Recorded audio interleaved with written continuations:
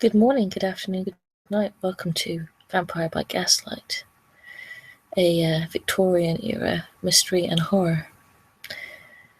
This evening, a carriage has been sent to collect Randall and Archibald Parsons from an agreed meeting point to escort them into the domain of Countess Amelia Thornton, the primogen of Clan Ventrue of Edinburgh.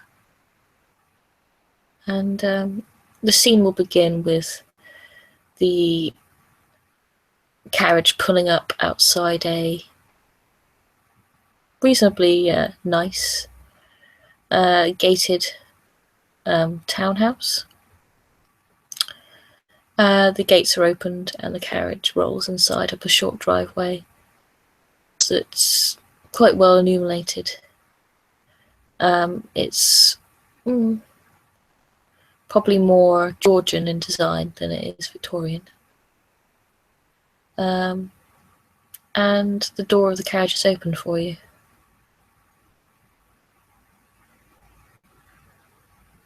Jack Randall will step out of the carriage and wait for Archibald to exit the carriage as well.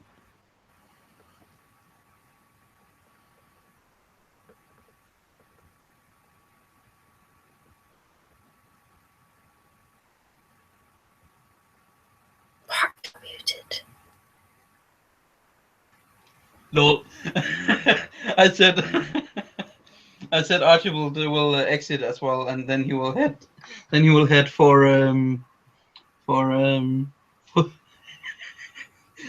the entrance.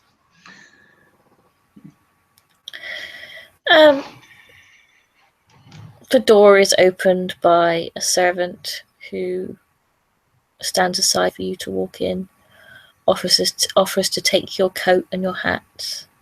You hear a sort of distant barking. Doesn't sound like a big dog. Sort of a yipping bark. Bork, much frightened.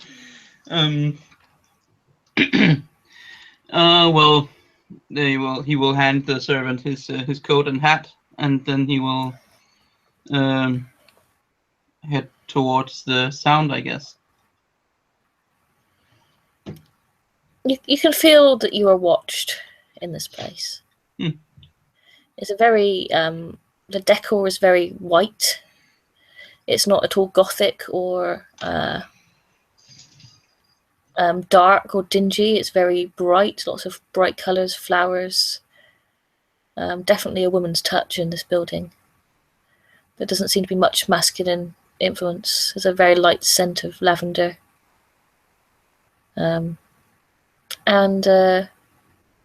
But even though that it's not a dark or oppressive or ominous building, you do very much get the sense that you are overlooked somehow.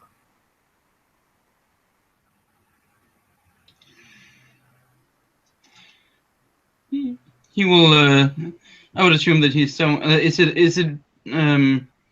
Is it being watched in a way that is unusual, or is it the normal Ventrue/vampire paranoia? Someone's watching me.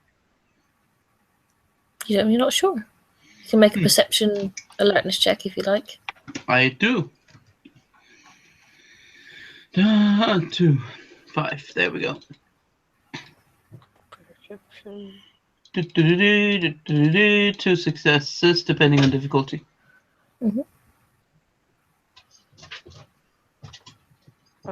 I will roll as well, and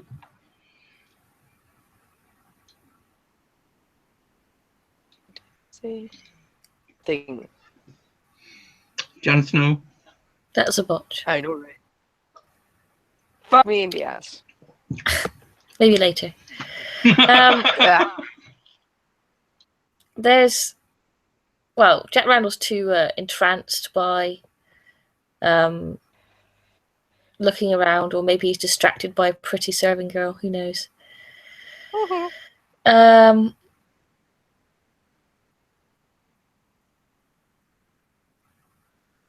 You're right, it's not a botch, it's just a failure. So it's a botch if it's you get no successes. Okay. Sorry. At all.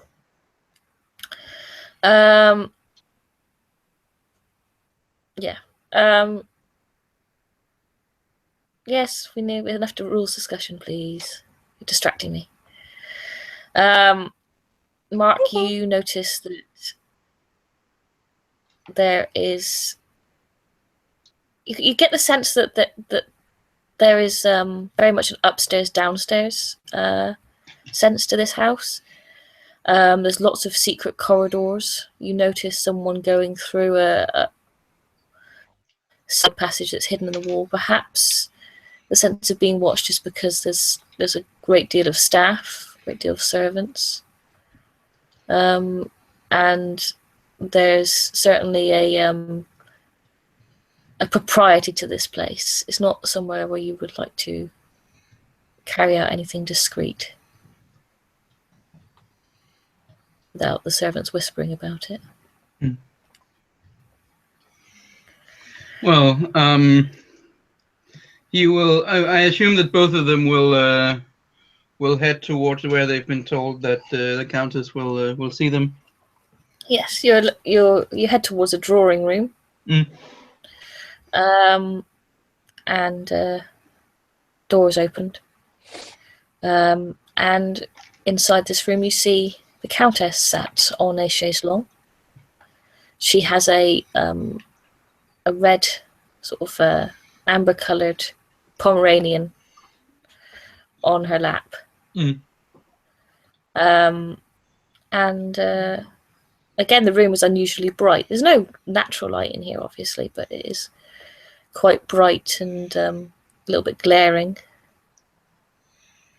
And she sort of regards you both as you enter the room.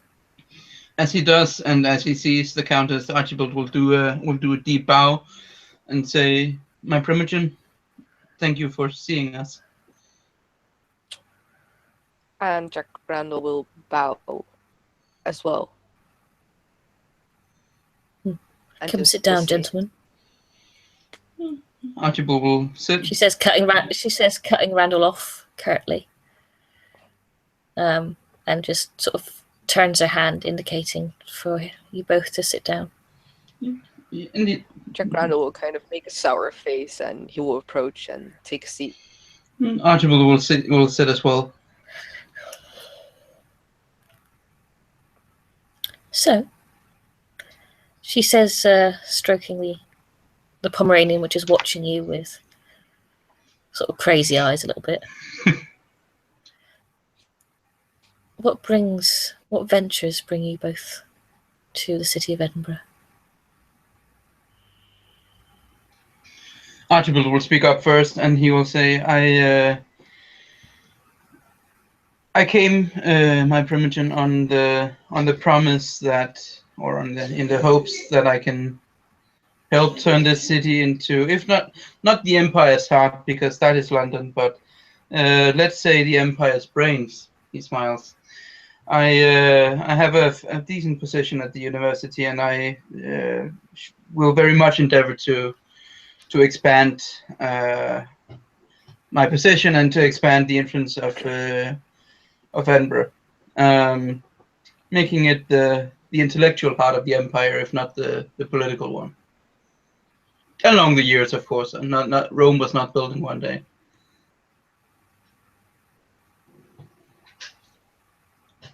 She nods, looks to Jack.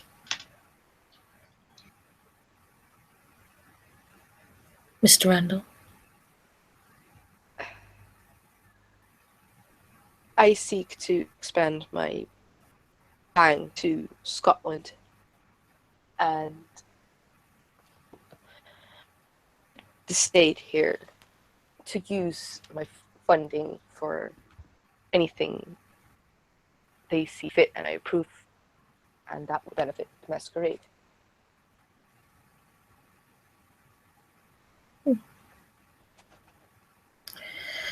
As you may have noticed from our original meeting, the court, she says with a sort of barbed tongue, almost as if she's throwing the word away. The court in this city is made up of a ragtag of low clans, and even the Ravnos, she sort of sneers a little bit, have a seat at the Camarilla table, which I find distasteful, to say the very least.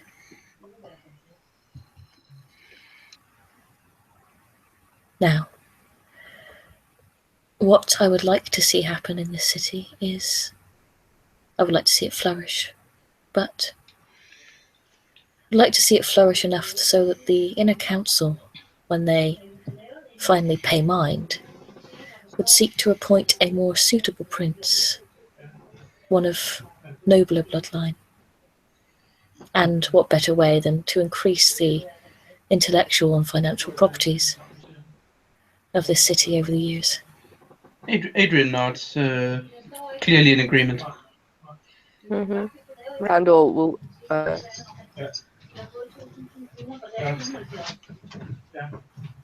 Så kan jeg bruge den. Så tror jeg kan køre den færdig.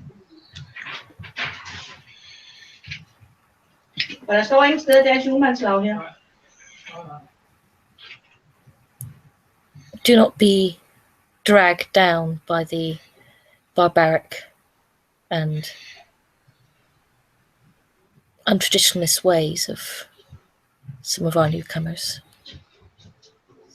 I see that new gangrel girl did not even stand when the prince made his leave.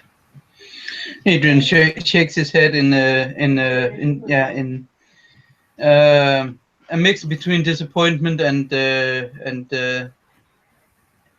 it being, what's the word for being insulted? In offense? I don't know. Yeah.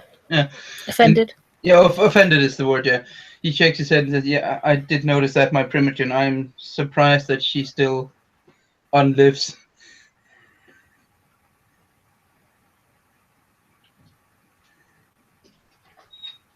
The prince was chosen because he is a formidable warrior, and in the early stages it was important for us to be able to maintain this stronghold against the others that tried to claim the land. But now that we have it, it would be a shame for us to lose it to loose morality.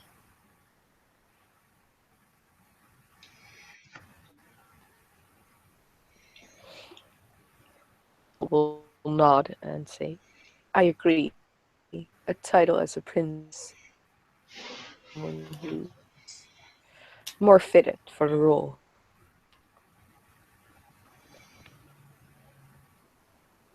She nods.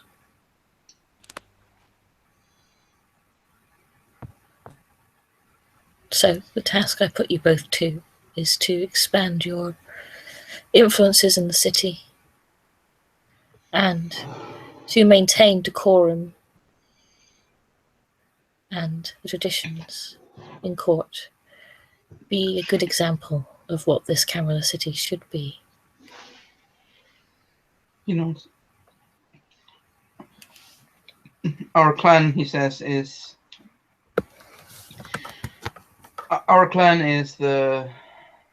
supposed to be a shining example for the rest of the kindred. So naturally, that should be our task at the moment.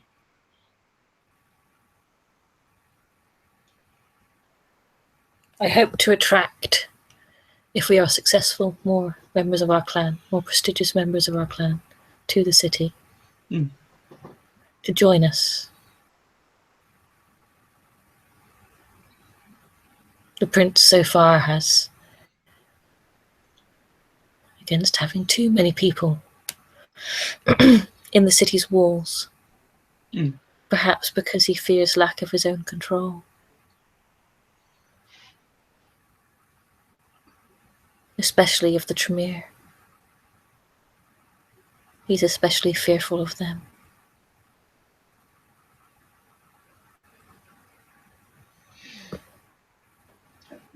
Jack will just eyebrow at this and looks in a way that a more in-depth explanation. He won't say anything. I was about to say Adrian. Adrian won't do anything because he's not born yet.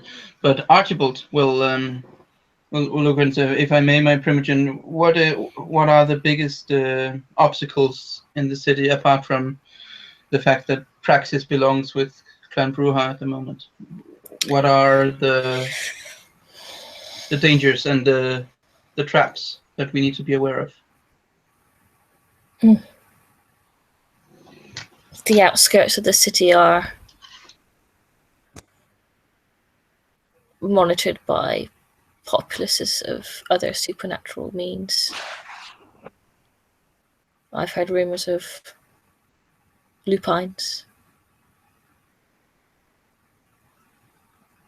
and other foul creatures.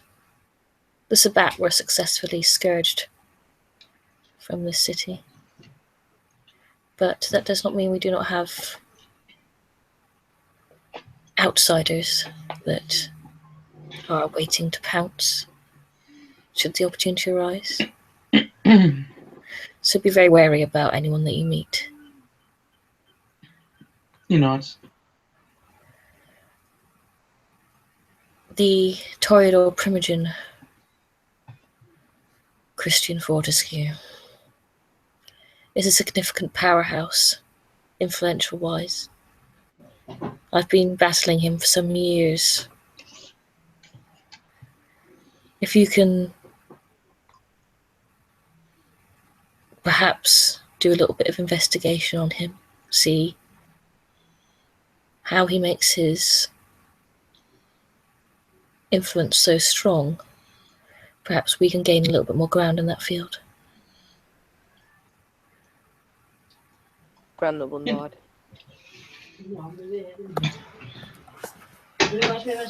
So does Archibald. The relative strengths of the clans, my primogen. It seems that the Ravnos, for some reason, has been able to turn themselves into a powerhouse since they could take a seat on the council. But what are the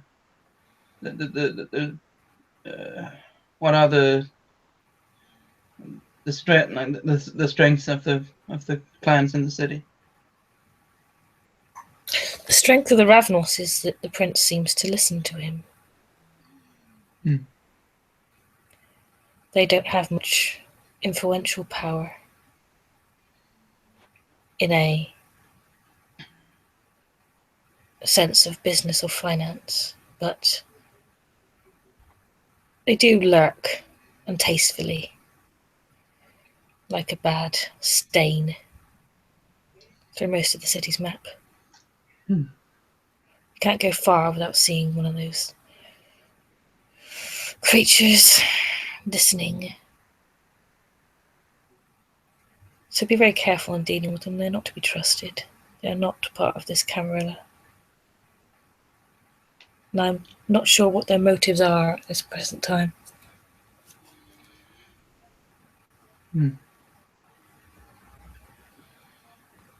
Clan Nosferatu have been in the city the longest, though you rarely see them at Elysium's.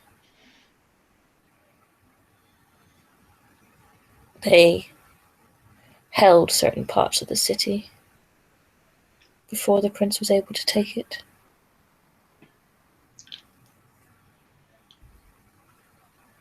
There are a smattering of gangrel and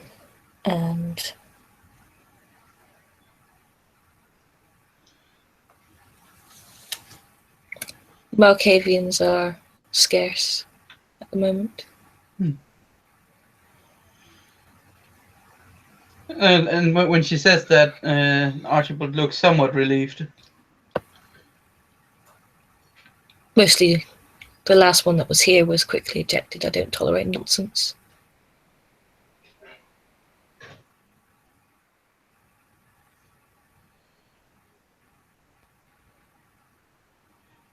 But I hope neither of you will disappoint me. Archibald shakes his head. I intend to do our clan proud, my primogen. Good. And Jack Randall will say, Are you sure you we won't? Are you sure what? Sorry, I didn't hear that. I assure you Oh, we okay. won't. Oh, yeah. Should you ever run short, I have means within this house of providing sustenance.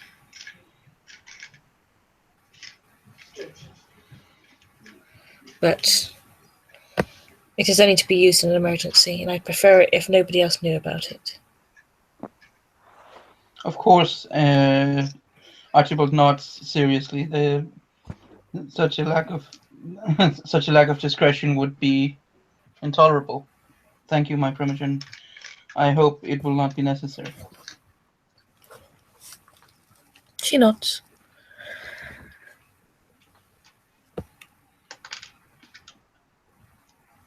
Archibald, you can see yourself out. He nods and he stands up and then he bows to her, and then he says, "It was my honor, my primogen," and then he heads out of the door, heading for the exit. She when he's left, she reaches for her cane and pulls herself up from the seat, carrying the little dog. And Jack will rise as well as Countess does.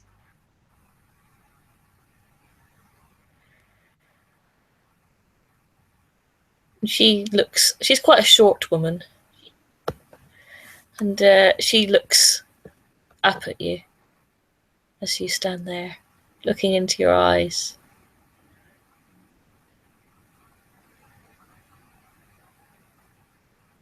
You have promise, Mr. Randall, but don't let your arrogance get the better of you.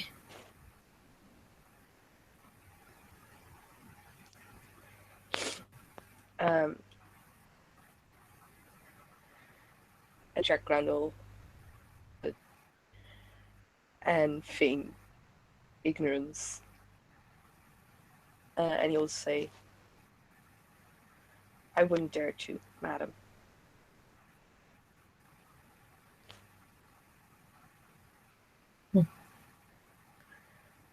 She just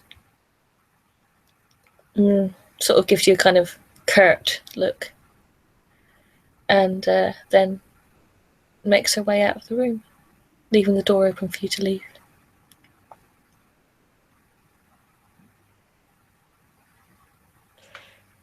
Jack Randall, in his curiosity, will so the room, taking it all in before he leaves. And he will catch up to Archibald, walk alongside out of the manor.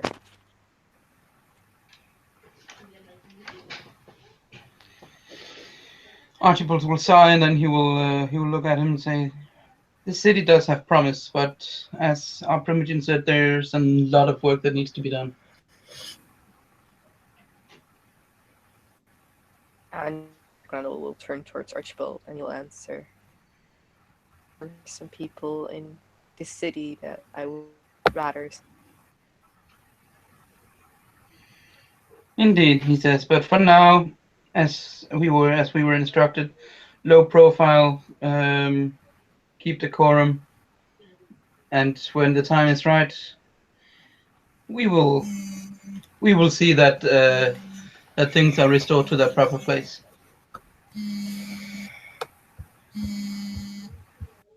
Yes, we will.